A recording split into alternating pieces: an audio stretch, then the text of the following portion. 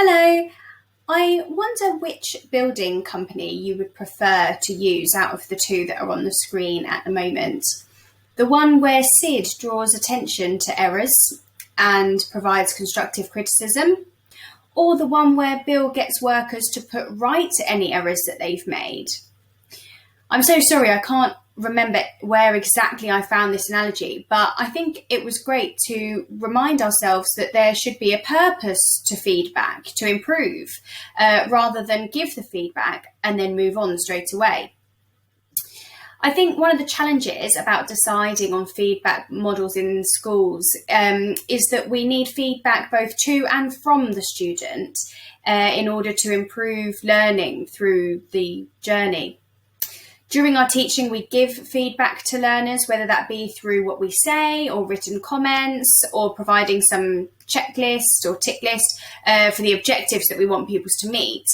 And then we need to make sure that we're using the responses from the pupils as well and the work that they produce in assessments or other tasks to inform us of the next response we then need to make. So it's a continuous loop as we move forward rather than a finite process, which can make it difficult to keep a record of.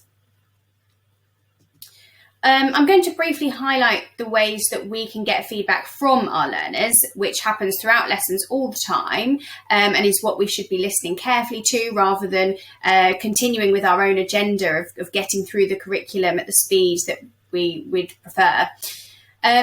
Firstly, of course, they can show us where they are via assessments. So that could be formative assessments, including questioning, low stakes quizzing, mini whiteboards, exit tickets, or online quizzes like Socrative. I'm a big fan. Or it could be through less frequent, bigger summative assessments, which test a bigger range of skills and content learnt over a longer period of time. Pupils can also give us their feedback on learning via reflection statements, like those what went well and EBI sentences, things like that. I've seen pupils fill in these sort of traffic light forms as well, based on the objectives of the lesson or a sample of questions or success criteria to indicate where they feel they're at in their learning. And that structuring can take a bit more time to plan than other techniques, but an explicit tick list will achieve more accurate and useful feedback than without. I've also heard of these 1-minute summaries that teachers ask pupils to complete on a post-it, where pupils answer a few questions set by their teacher. For example, write one thing you wanted to learn more of. So a pupil might write down in an MFL lesson that they wanted to learn more about culture or grammar or stories around the content of today's lesson. You could ask, what moment of the week did you feel most engaged or least engaged? What action happened in lessons this week that was most helpful? Or what action was most puzzling or confusing? These 1-minute summaries can be anonymous and perhaps then allows pupils to give some insight into their thoughts. For example, they might have found that actually the interactions between you and another pupil in the room was actually helpful to them. Or the modelling that you may have planned and really carefully considered to use for that particular topic actually might have been puzzling for many of the class. So then you would need to address that, of course. Lastly, all schools carry out surveys to obtain pupil voice, which can often tell us who we need to keep an eye on a bit more or other information. But of course, we still also need to remember that all of this feedback is written by pupils themselves, who may not always provide completely appropriate or relevant feedback, or even truly know what they don't know. So the rest of this presentation is about how we can give feedback to the learners, which we do to motivate them and, of course, make progress through the learning. Research into methods of feedback to pupils goes in lots of different directions because there are so many variables. The age of pupils, I think, really matters. What works for Key Stage 3 won't be the same as what works best for Key Stage 5 or for primary years. And I know that each subject discipline will best suit different feedback strategies as well. The conventional feedback policies consist of teaching a topic, setting some work to assess, and then giving constructive criticism before moving on to the next topic. This is a bit like Sid's building company in the analogy at the start of the slides. And the purpose of the assessment here is just to provide a measure of ability at that time. However, best practice is to use assessment as a starting point to actually fix those faults and provide opportunity for improvement. The students and teacher both use the assessment to diagnose the problem areas and monitor that improvement process. The more time and effort that is spent on improvement, the better. The most thorough work I've read on feedback is the work of John Hattie and Paul Black and Dylan William as well. And they all say that effective feedback has a huge impact on learning. One of the things that we do as teachers that can have the biggest effect. I've put together some ideas from their work that you might want to try.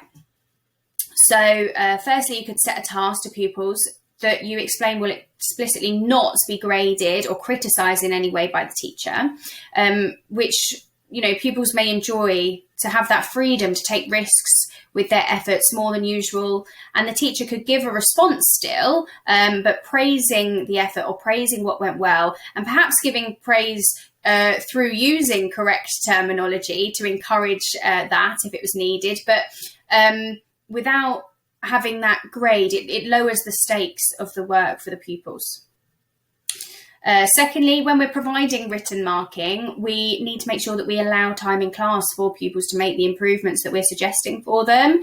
And this might make us better at considering what exactly we are suggesting to pupils, ensuring that they will actually understand what we're saying and be able to act on it independently in a subsequent lesson.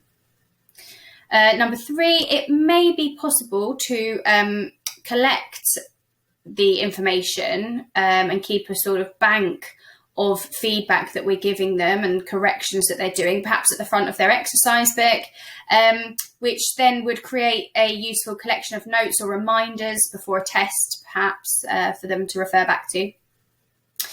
Number 4, I've seen the use of highlighters work really well for pupils to see what they did well and not so well, but then it puts the onus and the thinking task on them to discover how to improve it before then actually making the correction.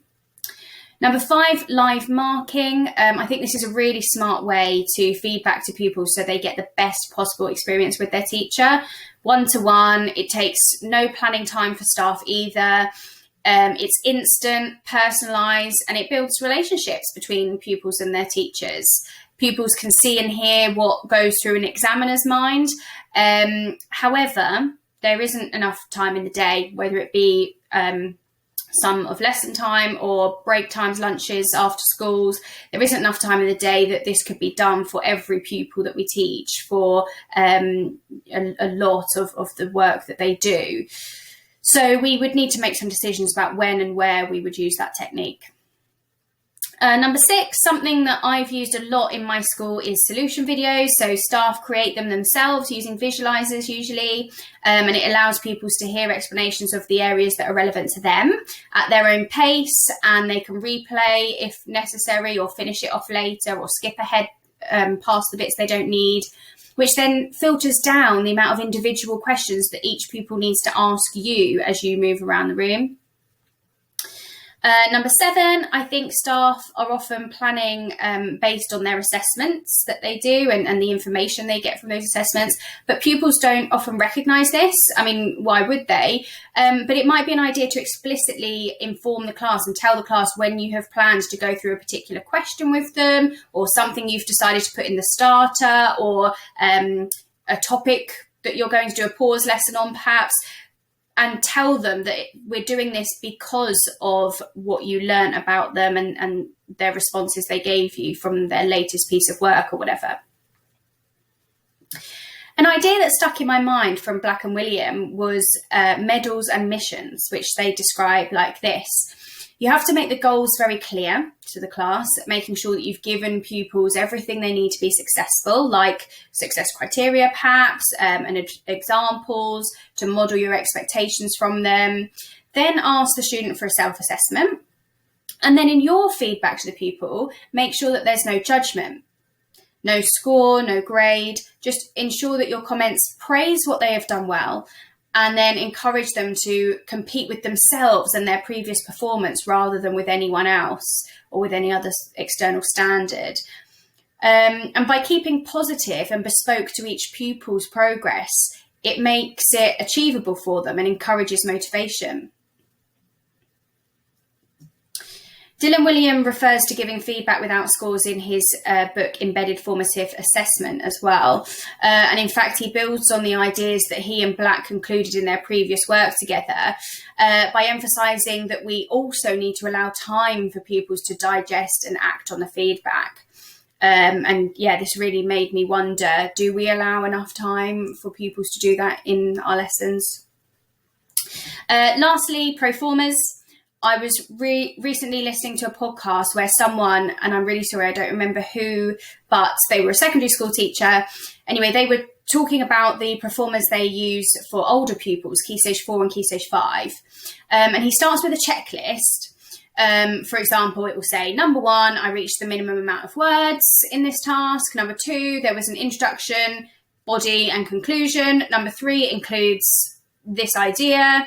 Number 4, I answered the question that was asked. Number 5, I made a plan before I started, all those sorts of things.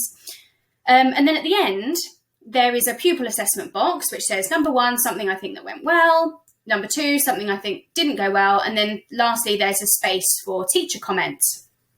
Then in all subsequent proformers for future work, the student has to copy the teacher comment from that last piece of work onto the top of their new piece of writing so that they have that one focus in mind during the task. And this apparently got great feedback from pupils, and I can imagine it's a really great routine to establish that continued improvement. Absolutely. So apologies that this was a longer video than what I wanted to stick to, but the topic of feedback is just so broad. I could make a video on any tiny aspect of this presentation. So I hope it was still helpful anyway, and thanks for listening.